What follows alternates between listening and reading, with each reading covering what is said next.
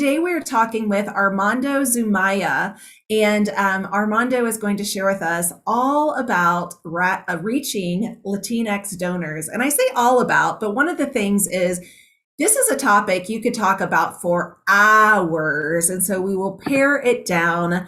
Julia, unfortunately, will miss this, but Julia Patrick is the CEO of the American Nonprofit Academy. I'm Jarrett Ransom. I am privileged, like these squirrels in the Bay Area, to serve here as her co-host. I'm Jarrett Ransom, your nonprofit nerd, CEO of the Raven Group. We, of course, want to say thank you to our presenting sponsors that keep this show going and growing. So thank you to Bloomerang, to the American Nonprofit Academy, to Fundraising Academy, Nonprofit Nerd, Your Part-Time Controller, Staffing Boutique, Nonprofit Thought Leader, and the Nonprofit Atlas. And again, hey, you're impressed, right, Armando? Sure. Well, thank you for being here. We are thrilled to have you. You are the founder of Somos El Poder, and I told you I was going to attempt it, and you're now welcome to correct me on the pronunciation. It's Somos El Poder. Just like I said. Exactly. Well, we're excited to have you. You've been on our show previously. It's been a while, so we're glad to have you back with us today and to talk about such a very interesting topic, one that I hope we can elevate across the nation. And you are doing just that in every day, probably, of your life. You have reached some high accomplishments, awards, and we are so grateful to have you here. Tell us a little bit about who you are and what you do, and especially, your company and how you serve the community. Well, it's not a company; it's a volunteer nonprofit. I've been a development officer for 36 years, which is crazy. And Somos El Poder is a professional development institute for Latinx fundraising, and it's such an oxymoron to some degree. People don't talk about it at all. You can Google that and find virtually nothing on the subject. Latinx, Hispanic, Latino fundraising development. It's not talked about. It's just let's say this really clearly, 20% of the population. So what happened was I've been a fundraiser, and here's what a lot of the fundraisers will understand. I'm not just a fundraiser for a long time. I've been a major gifts prospector. And so I was originally a grassroots peace activist and a fundraiser. And then I had the freaky experience of going to work at Cornell in the first $1 billion campaign. So it's this weird transition from grassroots to, being on the Star Trek Enterprise, of fundraising, 200 development officers, this, massive machine, and literally being a part of the machine, a small part, but understanding the two worlds of fundraising, grassroots versus the top of the top of the top. And that trajectory changed me a lot. And over time, I kept really trying to do small, medium nonprofit fundraising on that sort of scale and bring it down smaller and smaller and smaller. But also too, what happened was, as a prospector, with the prospecting skills I learned in major giving, at Cornell, and leadership giving was where I worked, and the annual fund, happily. I learned to prospect. I learned to get to new people. I learned to engage new philanthropy. And it made me kind of a mutant because what happened was, I raised a lot more money from Latinos, African Americans, Muslim Americans, women, Asian Americans than other people did. And I never thought it was weird or unusual or special. Only in the last 5 years did I stop. People ask me, how did you do that? I'm like, well, yeah, like everyone, So only in the last few years have I stopped and said, you need to write this down. You need to teach this. You need to speak and write about it. Because it's, not to be mean, but it's not that hard to do it properly. It's just good fundraising. That's the bottom line. But a lot of people aren't in that community and I'm a prospector. I believe in prospect research firmly. And most fundraisers aren't. And the vast majority of executive directors, CEOs know very, very little about prospecting, major gifts prospecting, other communities, and just numerically, the large majority of nonprofit leaders aren't Latino for sure. So we're 20% of the population. We're a $2.6 trillion annual economy in the US. Our GDP is tied with France. We're the 7th largest GDP on the planet. So the notion of the lazy Latino living off welfare, that's a burden on our society, is racist nonsense, because we are literally driving the US economy inside. And so we're really making this happen. And I'm the first crazy person to actually ask, how much is the potential for Latino giving in the US, Latinx giving? And by the way, I don't care. I mean, for me, I say Latinx because it's more inclusive. But the potential for Latinx giving in the US annually is $24.7 billion. Wow. Right. And so it's massive. Foundations give Latinx focused nonprofits right now about 1.8% of their giving. And so that's statistically what I call being ignored. And that's for two reasons. One, because foundations don't see us. And two, because Latinx focused nonprofits have very, very anemic fundraising. They don't have successful fundraising. They don't invest in it like a lot of nonprofits. So Latinx aren't alone there. But there's a historic decline in fundraising, in giving right now. I just saw a stat the other day from a Gates, it was a Gates, who else did it? Oh, Lilly, the Indiana School study that said that in 2000, 2/3 of people give. In 2018, half of people give philanthropically in the US.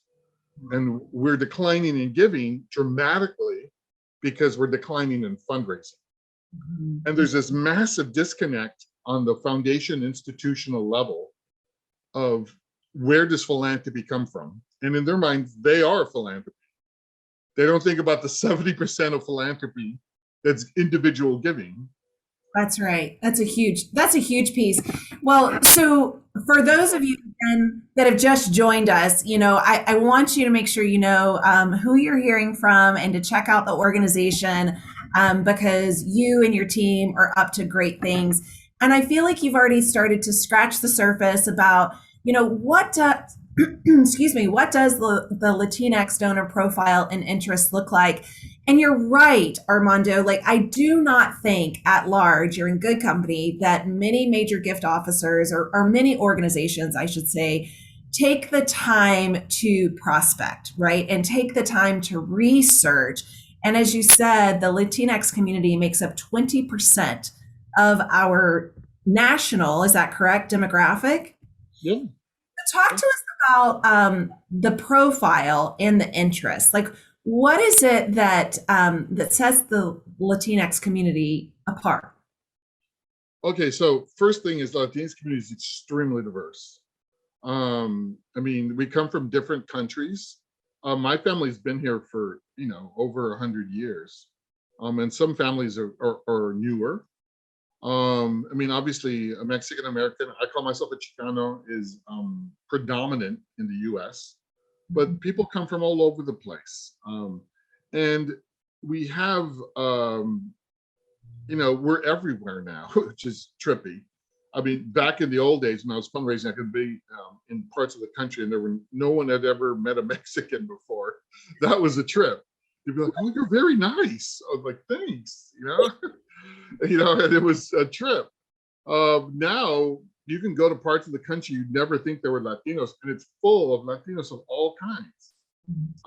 And so, yes, we have a higher poverty level, unfortunately, but there's a lot more success, especially upper middle income success, and in some areas, high wealth.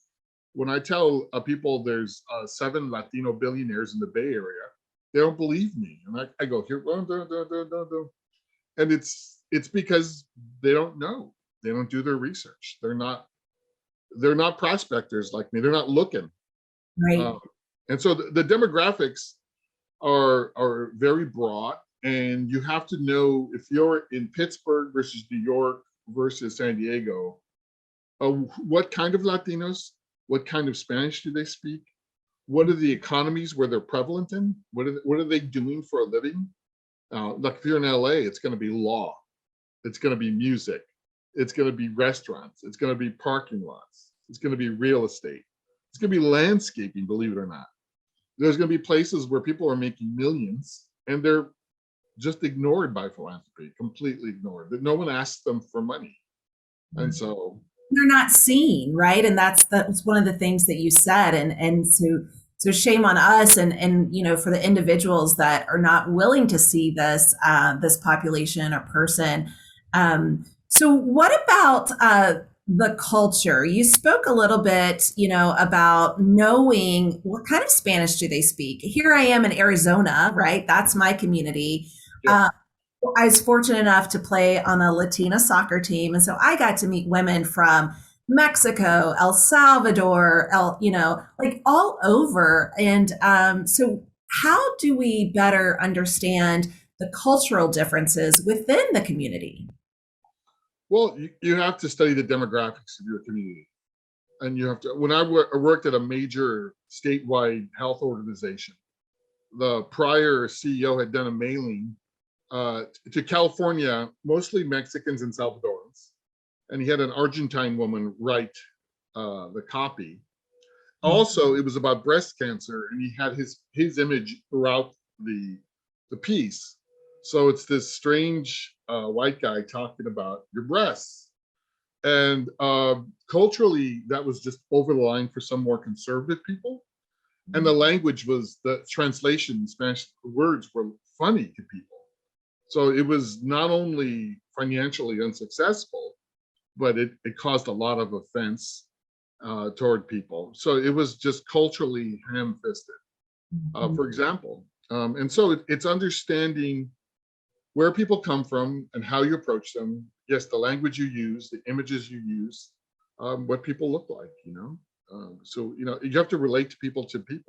Also, too, I mean, fundraising with Latinos is all about intentionality, right? So if you're working with a population, if you're going to fundraise in a city in Germany, all of a sudden, you're not going to show people who look like they're from New Orleans, are you? You're not, you know what I mean? It won't be well received, right? Right. It's going to be like, oh, what's that? Right. You got to translate what you're doing, and hopefully you're doing work in that community. If you're from outside that community and you're asking for money, good luck. Well, who would give us to something outside their community that they don't understand? This is the frustration I have. No, Latinx don't. Well, we've got that slide up now. Yeah, well, the cultivation. And so, what are some of the ways that we should consider cultivating if it's a new community for us? And I know our final piece of this conversation is going to go to where do we start, but we're not quite there yet. So, what should we consider in the differences of donor cultivation specifically for the Latinx community? Well, first of all, it's a long process to engage any new population. There's a consistent theme I've seen where people will send out a mailing in Spanish and expect instant philanthropy, especially if you're not known in the community. If you're known in the Latino community, I'll give you a great example, which is St. Jude Children's Hospital. They're known because of commercials and radio ads and things like that. They're not really serving the Latino community wholly. They're a small, I mean, I'm sure somebody does, Latinos go to that hospital in Tennessee, but they're not around the corner, shall I say. They're not vital. They're not something. So if there's a local children's hospital here in Oakland, they have a name in the community. People know who they are. Their children have gone there and been cared for there, but they're not fundraising in the Latino community because there's implicit bias. They look past those people. They see them as poor, and they see them as not philanthropic because they haven't been engaged, asked. When you ask people, you got to ask them a couple of times. You got to educate them. You got to bring them in. You got to get into the community. It's not just a matter of send a mailing, here's the money, we're done. Right. It's not right. Right. And that's with anybody you're fundraising from. But there's no tolerance in fundraising in general, there's no tolerance for prospecting. People don't want, oh my God, it's going to take years to bring money out of the pocket. No, we don't have time. And now, chop. We got to raise money. Got to raise money. And so the lack of prospecting is killing American philanthropy, and that's saying something. But it's also intolerant of new populations and new growth. And this is, another reason we don't see a lot of intentionality toward women in philanthropy, because people always go for the straight white guy. We don't, we walk past often the people with the power in the room, and so that too. I mean, that's a whole nother conversation. And as you had shared with us opening this episode, you in particular have had phenomenal success in many different communities, not just the Latinx community that we're talking about today, but women in philanthropy, people of color, and so as you were saying, we really don't put enough emphasis, time, energy, effort into prospecting. And I'm going to go as far to say even stewardship and cultivation, right? yeah. To really build trust and rapport in these communities and with these individuals that make up the community. Yeah. I was in New Orleans. This is the power of prospect research. And I talked to this newly minted multimillionaire African-American younger woman. And first words out of her mouth, she goes, "You're here because I'm Black." And I said, "No, I'm here because you're rich." And she died laughing. She goes, "Fair enough. Let's talk." Yeah. I did my research. No tokens here. And she made a good 6-figure gift. And so that's called doing your research. And the approach strategies with us is literally intentionality, give it time, and do your research. There is a weird thing with Latino major donors, which is they're not engaged. And so the way we engage a white major donor of that same income is different because they've not done this before. I had a 7-figure donor who was a Chicano, Latino here in the Bay Area. And very, very, very successful guy, worth like almost $500 million. And so smart guy. So I could tell when I was talking about philanthropy, he didn't really understand what I was talking about because he'd never done that. Because his alma mater had never engaged him, because no one's ever sat down with him and asked him for a major gift. I was his first major gift. So he literally had the guts to say, "So how does this work?" And so I had this like light bulb over the head of like, oh, okay, you're making a big assumption here, Armando. You're treating him different. So that's one thing. Another aspect is we do have familia. And so we do have this sense of we involve the family and our parents more than other groups.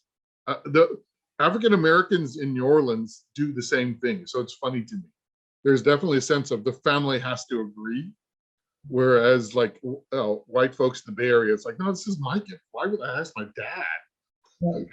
There's nothing to do with this, And so there's that difference. In some parts of the community, there's a familia giving sense. Other parts of the Latino community, it isn't. So that's one part you see. There is a tremendous disengagement with Latinas. They are not, even when you see them wealthy and successful, like in law is a big one. There's a lot of, Latinas pulling down $500,000 a year in salary who are single, and their law schools, the community ignores them as prospects for a whole bunch of gender bullshit reasons, excuse my language. But yes, so it's there's a different type of engagement there. You have to make sure they know about philanthropy from the start, because you could be talking over people. Not that they're stupid, they've just never had experience in this area.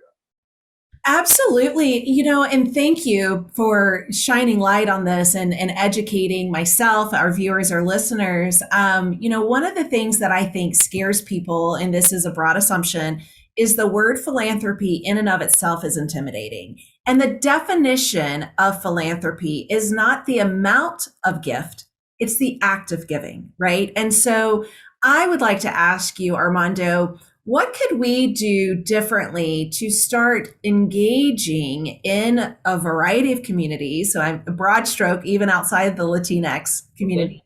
Yeah. What can we do? What should we be doing? Yeah. So look at your demographics, study them, get a prospect researcher. If you don't have one, hire a freelancer. If you don't know where to get those, look at my website, and there's a list of freelance prospect researchers. But ask them, when I was at Cornell, this was 800 years ago when I had hair and I was young. And, the vice president of Cornell said, literally, because I was a good prospect, she said, "Hey, we need more diverse board members. Go get some." And I'm like, okay. Um, so I went up to JT, my researcher, and said to her, "Hey, I need very wealthy people of color at this certain level." She says, "Okay." And then I went and called them and saw them. And that was it. And that's how you can look at their board, and they have extremely wealthy people of color. And there's no tokens there. That's when you really want equity, is when you can have a person of color write a same check as the white person on the board. That's equity. Okay, Yeah. that's when you have equal voice and power. Everything else is tokenism. And fundraising can do that, right? So fundraising can do that. So know your demographics. If you're in Atlanta and you look at your board and everyone's blonde and white, you got a problem, probably. I don't know. Figure that out. And not only that, so know your demographics, but also don't tokenize. So the number one thing people do is college roommate, local priest. They get the corporate giving director, who's a person of color, to fill in the color blank. You don't need to do that. If you're in Phoenix, do your research and find the wealthier people of color who are influential, who maybe are philanthropic, maybe they're not yet, and engage them. If they're into what you're doing, it's just like classic prospect research. There are the boards in California under 3%. In California, are under 3% Latino, Right. right? And we're over 46, 44% of the population. And Wow. so people don't research in Los Angeles, the Bay Area. There's no in Central Valley. There's no reason not to have wealthy, powerful Latinos on your board. It's just a lack of intentionality. People just don't think about it and walk by it because the vast majority of leadership are white. Right. We have a question. I'd like to read it out loud. I know, a live question from an anonymous attendee, which Julia would love because she loves when it's anonymous. Oh no. First of all, they say, I'm really enjoying listening to you and learning. So the question is, they have heard in other presentations that if you want to pull in Latinx donors, you need to see them, just as we were talking about, right? And that looks whether you have Latinx people on your board, your staff, executive, in addition, of course, to the community in which you serve.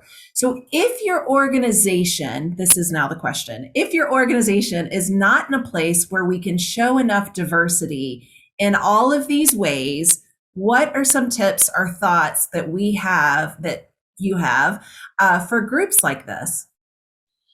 I'm not sure what in a position means. Geographic?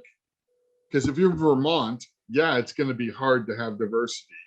Or Nebraska, because diversity is different in every place. Okay, so it's somebody says you have to have the same number of people if you're in North Dakota versus New Orleans. That's nonsense. Because you have to look like your community. If you're a national nonprofit, you have to look like the country.